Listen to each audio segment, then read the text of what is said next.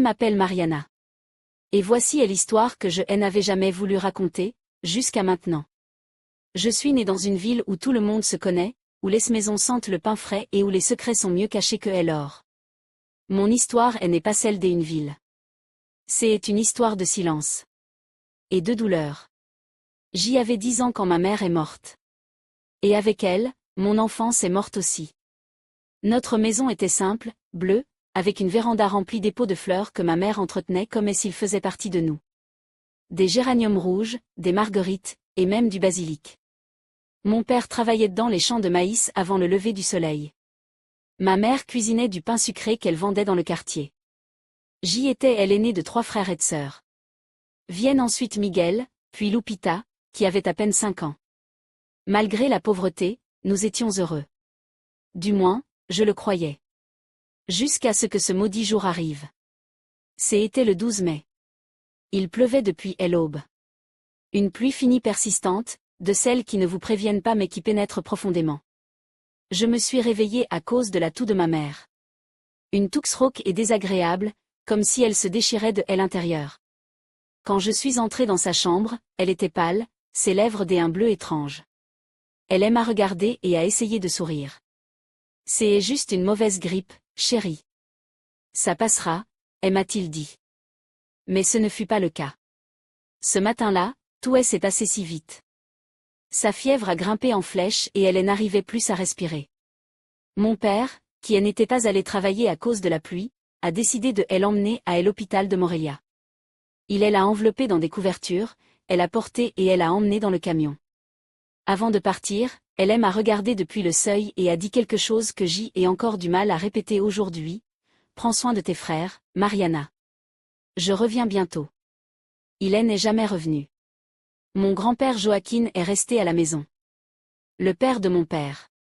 Il vivait avec nous depuis la mort de ma grand-mère quelques mois plus tôt. C'était un homme grand et costaud, aux mains de pierre et à la moustache grise qui sentait toujours le tabac à pipe. Il avait promis de veiller sur nous jusqu'au retour de papa. J'y ai passé la journée du mieux que j'y ai pu.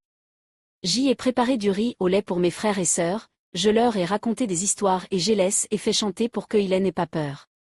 Mon grand-père passait des heures assis sur le porche, à fumer, à regarder la pluie fendre la terre en deux. Il ne parlait pas beaucoup. Il regardait simplement. À cette heure du soir, j'y ai couché les enfants. Miguel m'a demandé où était maman. Je lui ai dit que tout irait bien. Lupita s'est endormie rapidement après que j'y ai chanté sa chanson préférée. À 9 heures, j'y ai entendu le camion arriver. J'y ai couru à la fenêtre. Mon cœur a bondi comme s'il savait quelque chose avant moi. C'était mon père. Seul. Trempé. Vide. Quand il est entré, j'y ai vu son visage, et j'y ai tout compris sans qu'il dise un mot. Ses yeux étaient gonflés. On aurait dit qu'il avait vieilli de 20 ans en un seul voyage. Ta mère n'a pas pu résister, ma fille. Réussit-il à dire. Je ne m'en souviens pas bien, seulement qu'il m'a serré fort dans ses bras, comme pour me demander pardon pour quelque chose qu'il ne pouvait pas contrôler. Je l'ai serré dans mes bras en retour. Et tandis que je sentais ses vêtements mouillés imprégner ma robe, quelque chose en moi s'est brisé.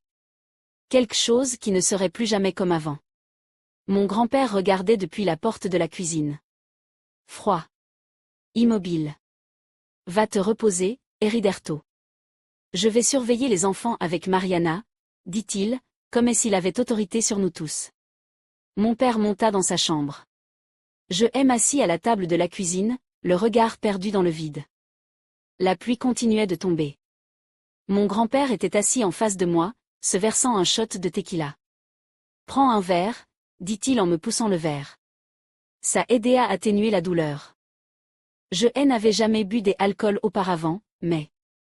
Ce soir-là, je me sentais si vide, alors j'y ai cédé. Une gorgée. Puis une autre. Et encore une autre. Je ne sais pas combien j'y en ai pris. Je sais seulement que le monde commençait à tourner lentement. Que ma gorge brûlait. Cette tristesse m'enveloppait comme une couverture mouillée. Mon grand-père s'est levé et est venu vers moi.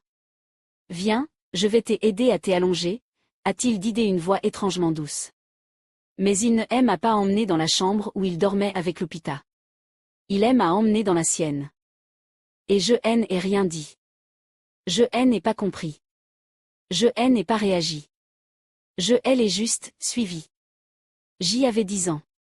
Ce qui s'est passé ensuite n'était pas un cauchemar. Ce sont des fragments réels qui restent gravés en moi aujourd'hui, ces mains là où elles n'auraient pas dû être. Son haleine parfumée à la tequila. Le poids de son corps. La douleur. La peur. Le dégoût. Maintenant, tu es la femme de cette maison, me murmura-t-il à l'oreille. Quand je me suis réveillée, j'y étais de nouveau au lit. À côté de Lupita. C'était l'aube. Pendant un instant, j'y ai cru que c'était un cauchemar. Jusqu'à ce que je voie les marques sur mes bras. Jusqu'à ce que je ressente la douleur entre mes jambes. Jusqu'à ce que je voie la tache sur le drap. Ce n'était pas un rêve. C'était réel. Maman était morte. Et mon enfance aussi. C'est ce jour-là que j'y ai appris que les monstres ne vivent pas sous le lit. Ils vivent avec toi. Ils mangent à ta table. Ils t'appellent, ma fille. Et le pire, personne ne les voit. Je me suis levée prudemment pour ne pas réveiller Lupita. Je me suis changée. Je me suis lavée. Je me suis regardée dans le miroir, et j'y ai su, je n'étais plus une petite fille. Mon reflet était encore celui d'une fillette de 10 ans, oui. Mais mes yeux, eux, ne l'étaient plus. Ils avaient déjà trop vu. Ils étaient vides. Ce matin-là, c'était la veillée funèbre de ma mère. Et j'y ai fait ce que toute fille aurait fait, j'y ai préparé du café, balayé le sol, rangé la cuisine. Non pas par respect, mais par survie. Parce que si j'arrêtais de bouger, j'y allais m'effondrer. Mon père n'a pas dit grand-chose. Ses yeux étaient gonflés, ses lèvres gerçaient à force de pleurer. Il m'a serré de nouveau dans ses bras. Et je me suis accrochée à lui. J'y ai serré les dents. J'y ai serré mon âme. Parce que je ne pouvais rien lui dire. Pas après ce qu'il avait traversé. Pas après l'avoir vu tenir à peine debout. Elle m'a dit qu'elle allait retrouver ma mère pour la ramener à la maison une dernière fois. Elle m'a demandé de prendre soin de mes frères et sœurs. Et c'est ce que j'y ai fait. Je me suis occupée des eux. Exactement comme elle avait demandé avant de mourir. Mon grand-père est resté à la maison. Encore une fois. Et encore une fois, il aime à regarder avec cette froideur. Comme s'il savait que je n'allais rien dire. La veillée funèbre était un défilé de visages familiers. Des voisins apportant de la nourriture, des oncles que nous n'avions pas vus depuis des années, et des habitants prononçant des phrases creuses comme « c'était une grande femme » ou « elle repose maintenant ». Je n'ai pas pleuré. Je ne pouvais pas. J'y étais trop occupée à faire comme si tout allait bien. Trop concentrée sur le fait de ne pas craquer. Miguel pleurait sans arrêt. Lupita demandait quand maman allait se réveiller. Et moi, j'y ai répondu avec un sourire qui n'était pas le mien. Après l'enterrement, les visiteurs ont commencé à disparaître. La vie a continué pour tout le monde, sauf pour nous. Appa est devenu un fantôme. Il partait à la campagne au petit matin et revenait le soir, épuisé. Je pensais que c'était sa façon de ne pas penser, de ne rien ressentir. De ne pas avoir à affronter le vide laissé par ma mère. Et puis, tout s'est reproduit. Mon grand-père profitait des moments où mon père n'était pas là. Il attendait que mes frères sortent jouer ou aller à l'école. Et puis il m'appelait. De sa voix sèche, de son regard impassible. Viens m'aider, Mariana. Au début, je l'ai fait sans comprendre. Puis, avec peur. Et puis, avec colère. Mais j'y suis toujours allée. Parce que je n'avais pas le choix. Parce que j'y avais peur. Parce qu'il me menaçait de son regard, de son silence, de phrases qui me sont restées gravées à jamais. Ne dis rien. Ton père a déjà assez de problèmes. Tu ne veux pas lui faire plus de mal, n'est-ce pas? Alors je me suis tue. Parce que j'y croyais. Je croyais que si je parlais, je tuerais mon père de douleur. Je croyais que c'était ma faute. Les semaines passèrent. Puis les mois. Et chaque fois qu'il me touchait, je partais. Pas physiquement. Je partais mentalement. Je me réfugiais dans les souvenirs de maman chantant dans la cuisine, ou dans les jours où nous cueillions des fleurs au bord du ruisseau. J'y ai développé de petites astuces pour résister. Je dormais avec des ciseaux sous mon oreiller. Je fermais la porte à clé quand je le pouvais. Parfois, je faisais semblant d'être malade. Mais il trouvait toujours le temps. Il savait toujours quand mon père n'était pas à la maison. Et moi, je suis resté silencieux. Et l'hiver est arrivé. Avec lui, le froid. Un froid si fort que je l'ai accueilli avec joie. Parce qu'il m'a permis de porter plus de vêtements. Des couches de protection. Des couches de silence. Et puis, le changement est arrivé. Mon corps a commencé à se transformer. J'y ai eu 11 ans. Et les boutons sur ma poitrine me le rappelaient chaque jour. Je me suis bandé. Je me suis recroquevillé. Je me suis caché en moi-même. Et il remarqua les changements avec un sourire dégoûtant. Tu deviens une femme maintenant, n'est-ce pas? Tout comme ta mère, m'a-t-elle dit un jour, les yeux brillants de malice. À ce moment-là, je le détestais. Je le détestais tellement que mes mains tremblaient. Mais je n'ai rien fait. Parce que je ne savais pas quoi faire. Parce que j'y avais 11 ans et que le monde était trop grand pour moi. Et puis la seule personne qui a remarqué quelque chose est apparue. Ma tante Consuelo. Une cousine de mon père. Une veuve sérieuse, de celles qui semblent voir plus qu'elles ne disent. Il a commencé à nous rendre visite le dimanche. Il apportait du pain sucré, jouait avec Lupita, demandait à Miguel comment allait à l'école. Et il me regardait. Un jour, il a dit quelque chose qui m'a laissé de marbre. Cette fille est trop maigre. Et elle a les yeux de quelqu'un qui a vécu bien plus longtemps qu'elle n'aurait dû. Intérieurement, je tremblais. Extérieurement, je baissais les yeux. Mais je ressentais quelque chose. Quelque chose de nouveau. Quelque chose comme de l'espoir. Après cette visite de tante Consuelo, quelque chose a changé. Pas grand-chose. Mais suffisamment pour qu'il le remarque. Mon grand-père a commencé à se comporter différemment. Quand elle venait, il me traitait avec une distance feinte. Il ne m'appelait plus de sa voix autoritaire. Il ne cherchait plus à être seul avec moi. Mais ses yeux. Ses yeux me disaient autre chose. Il m'avertissait. Il me menaçait silencieusement. Personne ne te croira, semblait-il dire. Elle n'ose même pas, et il avait raison. Qui m'aurait cru? Une petite fille contre un homme respecté au village?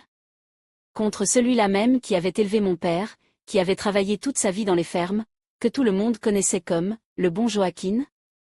Alors je suis resté silencieux. Mais j'y ai commencé à me battre d'une manière que moi seul comprenais. Je dormais dans la peur, certes. Mais avec une paire de ciseaux sous mon oreiller. Je fermais la porte à clé dès que possible. Parfois, je me cachais dans la grange, derrière les sacs de maïs. J'y inventais des corvées, des maladies, des excuses. Je suis devenue une stratège du silence. Une fille qui ne jouait pas à la poupée, mais à la survie. Et puis, un après-midi ordinaire, tout a changé. C'était un samedi. Mon père était parti en ville. Miguel et Lupita étaient chez un voisin. J'y étais resté nettoyer la cuisinière. Et je l'ai entendu. Viens ici, Mariana, sa voix. Ce ton qui m'a glacé le sang. Mon cœur s'est mis à battre la chamade. Je savais ce qui allait arriver.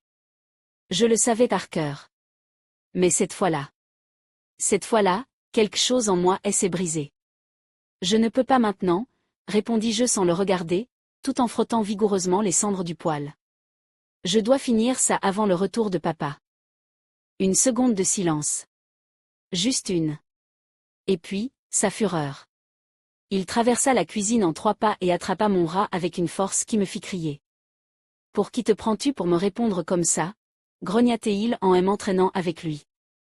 J'y ai donné des coups de pied, j'y ai griffé, je me suis défendu du mieux que j'y ai pu. C'était inutile. C'était un homme grand et fort. Je n'étais qu'une fille de 11 ans avec un rat blessé et le cœur brisé. Et juste au moment où je pensais qu'il n'y avait pas d'issue, j'y ai entendu le bruit du camion entrant dans la cour. Il se figea. Il me lâcha brusquement. Il me plaqua contre le poêle. Va voir qui c'est. Et pas un mot, me cracha-t-il à l'oreille. J'y ai couru. Et je l'ai vu. C'était mon père. Il était rentré plus tôt que prévu. Jamais un vieux pick-up ne m'avait semblé aussi beau. Il est entré avec un sac de course et un paquet emballé dans du papier brun. C'est un tissu pour te faire une nouvelle robe, m'a-t-elle dit avec un sourire fatigué. J'y ai essayé d'agir normalement. Mais mon rat me faisait mal. Et je tremblais intérieurement. Il l'a remarqué. Il m'a accidentellement touché là où grand-père m'avait serré.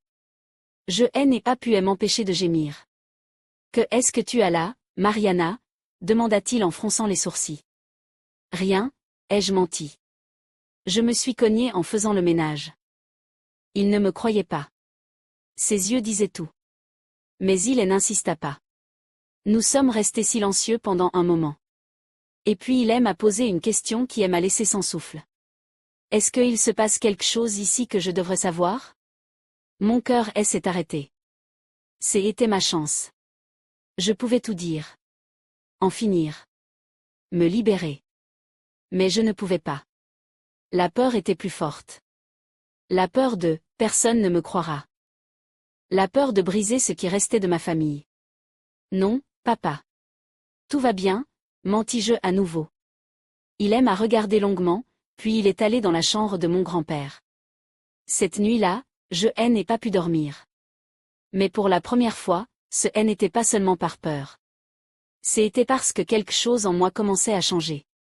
Mon père avait remarqué quelque chose. Il avait posé des questions.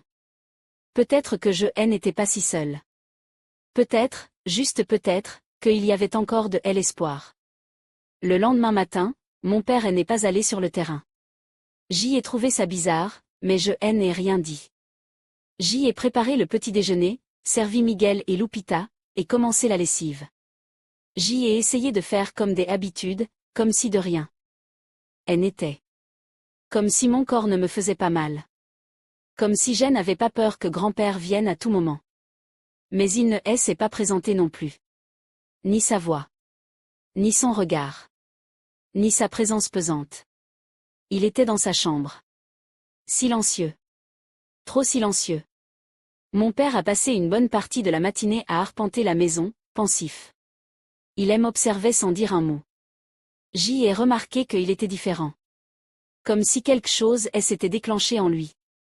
Comme s'il n'était plus aussi aveugle.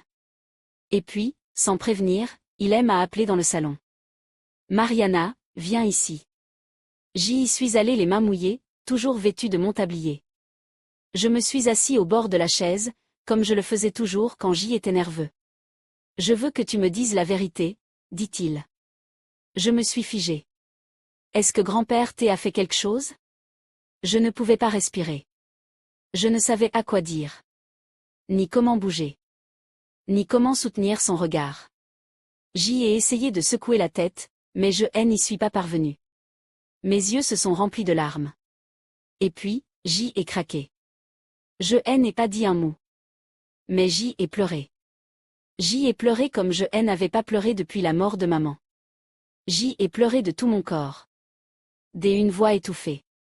Avec toutes ces années de silence que j'y avais portées derrière moi. Mon père n'avait besoin de rien des autres. Il s'est levé, furieux. Il a crié son nom. Il est entré dans la chambre de grand-père. Et j'y ai entendu ensuite un déluge de cris, de coups et de portes qui claquaient. Comment oses-tu, espèce de salaud? C'était une fille. Ma fille. Je ne comprenais pas tout ce qu'il disait. J'y entendais seulement des choses se briser. Un corps tombé. Et puis, le silence. Il quitta la pièce, respirant lourdement et les mains tachées de sang. Il m'a regardé. Il m'a serré dans ses bras. Et il a dit quelque chose que je n'oublierai jamais. Pardonne-moi de ne pas l'avoir vu. Pardonne-moi, ma fille. Pardonne-moi. Il a appelé la police. Il a dit que son père l'avait agressé. Il a dit avoir découvert des choses horribles. Il n'a pas donné tous les détails, mais c'était suffisant. Grand-père a été arrêté. Et même s'il n'a pas passé beaucoup de temps en prison en raison de son âge, la ville l'a regardé différemment à partir de ce moment-là. Il n'a plus jamais vécu avec nous. Et moi, j'y ai pu respirer pour la première fois depuis des années. Mais ça ne s'arrête pas là. Car même s'il était parti, son ombre restait en moi. Dans mes cauchemars. Dans mon corps. Dans ma façon de voir le monde. Je suis allé voir un psychologue. Mon père a vendu sa guitare pour payer les séances. Je ne parlais pas beaucoup.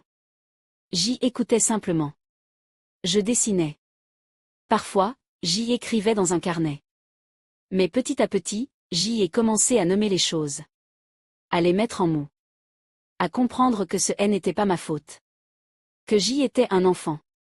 Que le monstre n'était pas en moi, mais en lui. Je me souviens d'une séance en particulier.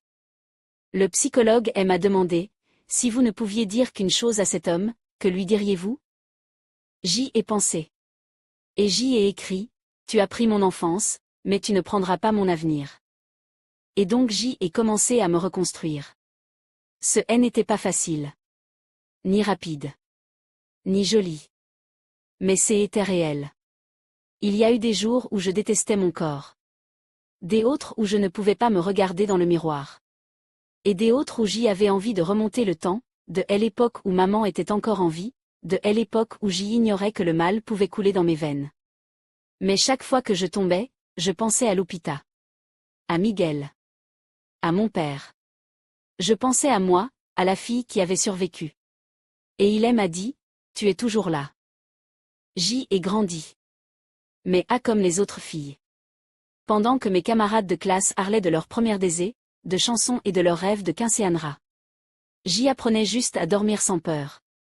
Je n'aimais pas les câlins. Ni qu'on me touchait l'épaule par derrière. J'y avais du mal à faire confiance aux hommes. Même aux bons. À l'école, j'y avais la réputation d'être bizarre, calme, distante. Et je l'étais. Parce que mon monde était différent. Je ne vivais pas dans la même réalité qu'eux. Je portais quelque chose d'invisible, mais qui pesait plus lourd qu'une pierre dans ma poitrine. Parfois, on me demandait si j'y avais un petit ami. Je répondais que je ne voulais pas le savoir. Et c'était vrai. Et l'amour me semblait un luxe pour celles qui n'avaient pas été trahies par quelqu'un qui l'appelait ma meuf, tout en détruisant leur âme. Mais il y a aussi des choses qui m'ont sauvé. Et l'écriture, par exemple. Ma psychologue m'a donné un carnet relié en cuir. Elle m'a dit, ici, tu peux crier sans que personne ne te fasse taire. Et je l'ai fait. J'y ai crié à chaque page. Avec des mots que je n'osais pas prononcer à voix haute. Avec des dessins. Avec des souvenirs. Avec fureur. Et l'écriture m'a redonné mon pouvoir. Elle m'a redonné la voix qui m'avait été volée. Et aussi, croyez-le ou non, chanter. Ma mère chantait en cuisinant. Et un jour, sans réfléchir, j'y ai commencé à chanter une de ses chansons en balayant le jardin. Mon père m'a entendu depuis la cuisine. Il est sorti en silence et m'a serré dans ses bras par derrière. C'est comme ça que tu chantais quand tu étais petite, m'a-t-elle dit. Et il pleurait. Nous pleurions tous les deux. On n'a plus parlé de grand-père. Plus jamais. Ce n'était pas nécessaire. Mais dans cette étreinte, je savais qu'il guérissait aussi. À sa manière. Avec sa douleur. Avec sa culpabilité. Et petit à petit, nous avons recommencé à vivre. Ne pas oublier. Jamais. Mais vivre. Lupita a grandi sans aucun souvenir de ce qui s'était passé. Et elle m'a fait promettre que, lorsqu'elle serait mère, je l'aiderais. Miguel, quant à lui, est devenu un jeune homme fort et protecteur. Un jour, il m'a dit, je ne sais pas ce qui s'est passé, Mariana, mais merci d'avoir pris soin de nous quand maman est partie. Et ça. C'était suffisant. À 17 ans, j'y ai postulé pour une bourse pour étudier le travail social. Je ne pensais pas gagner. Mais j'y ai réussi. Et j'y ai quitté la ville. Pour la première fois, je suis sortie seule. Sans peur. Avec une valise pleine de cahiers, de vêtements usagés, et la promesse d'une nouvelle vie. Là-bas, en ville, j'y ai appris des autres histoires. Des autres femmes risées. Des autres filles qui avaient vécu des choses similaires à la mienne. Et puis j'y ai su, que je n'étais pas la seule. Que mon histoire était une parmi tant d'autres. Et que, si je survivais, ce ne serait pas seulement pour rester en vie. Mais pour aider les autres à sortir du silence. J'y ai commencé à travailler avec des filles victimes de maltraitance. Je leur lisais mes histoires. Je leur parlais de mon expérience. Je leur disais une voix ferme, ce n'était pas de ta faute. Ça ne l'a jamais été. Et j'y ai vu comment leurs âmes s'ouvraient un peu. Comme ils respiraient à nouveau. Et puis j'y ai compris, ma blessure était mon moteur. Et mon histoire, elle n'était pas une condamnation. C'était un pont. Au jour de 8 et 34 ans. Et même si beaucoup me voient sourire, chanter, écrire des livres pour enfants, coordonner des programmes pour les victimes des abus. Peu savent d'où je viens. De quelles ténèbres je suis né. Il y a quelques années, j'y ai été invité à donner une conférence dans une université. Le thème était « Le développement personnel ». On m'a demandé si je voulais partager mon histoire. J'y hésitais. J'y avais peur. Je sentais cette fillette de 10 ans à nouveau enfermée dans ma poitrine, voulant à nouveau se cacher. Mais quelque chose en moi me disait « Tu n'es plus seule. Tu n'es plus cette petite fille. Maintenant, c'est à toi de choisir. » Et j'y ai choisi de le raconter. La salle était pleine à craquer. Étudiants, professeurs, femmes, hommes, mères et filles. J'y ai commencé par dire « Je m'appelle Mariana ». Pendant des années, j'y ai vécu dans la peur. Mon grand-père a abusé de moi quand j'y avais 10 ans. Et personne ne le savait, jusqu'à ce que quelqu'un me croie. Il y eut un silence. Un silence dense. De celui qui ne vous noie pas, mais qui vous écoute. J'y ai tout raconté. Sans détails sanglants. Avec dignité. Avec vérité. Quand j'y ai eu fini, une jeune femme de 19 ans s'est approchée de moi en pleurs. Elle m'a serré dans ses bras et m'a dit « Merci d'avoir partagé ça. Maintenant, je sais que je ne suis pas folle. Ce qui m'est arrivé était bien réel. Et puis j'ai su que tout cela en valait la peine. Que chaque larme, chaque cauchemar, chaque mot écrit dans mon carnet, faisait partie de quelque chose de plus grand. Je n'ai pas seulement survécu. Je suis devenue la voix de ceux qui ne pouvaient pas parler. Parfois, je rêve de ma mère. Dans mes rêves, elle est toujours assise dans la cuisine, en train de chanter. Elle me sourit. Et elle me dit « Tu as bien fait, mon amour. Tu as bien fait. » Et puis je me réveille avec l'âme un peu moins brisée. Je n'ai jamais revu mon grand-père après sa sortie de prison. Il est mort seul, dans un hôpital rural, sans personne pour le réclamer. Je ne suis pas allée à ses funérailles. Je ne lui ai pas apporté de fleurs. Je ne lui ai pas écrit de lettres. Je ne lui ai pas pardonné. Et c'est bien ainsi. Toutes les blessures ne guérissent pas avec le pardon. Certaines guérissent simplement avec le temps, la distance et la vérité. Ce que j'y ai fait, c'est me pardonner. Pardonnez-moi de me taire. De me sentir sale. D'avoir cru que c'était ma faute. Parce que ce n'était pas le cas. Cela n'a jamais été le cas. Aujourd'hui, chaque fois qu'une petite fille me regarde avec ses yeux remplis de terreur, je me penche, lui prends la main et lui dis « Tu n'es pas seule. Moi aussi, j'y ai vécu ça. Et je suis là. » Parce que parfois, ce dont une personne risée a le plus besoin, c'est de savoir qu'il y a quelqu'un qui a survécu avant elle. Et si cette histoire pouvait aider ne serait-ce qu'une seule personne à briser les silences. À guérir, à crier, à comprendre qu'elle mérite de vivre sans peur.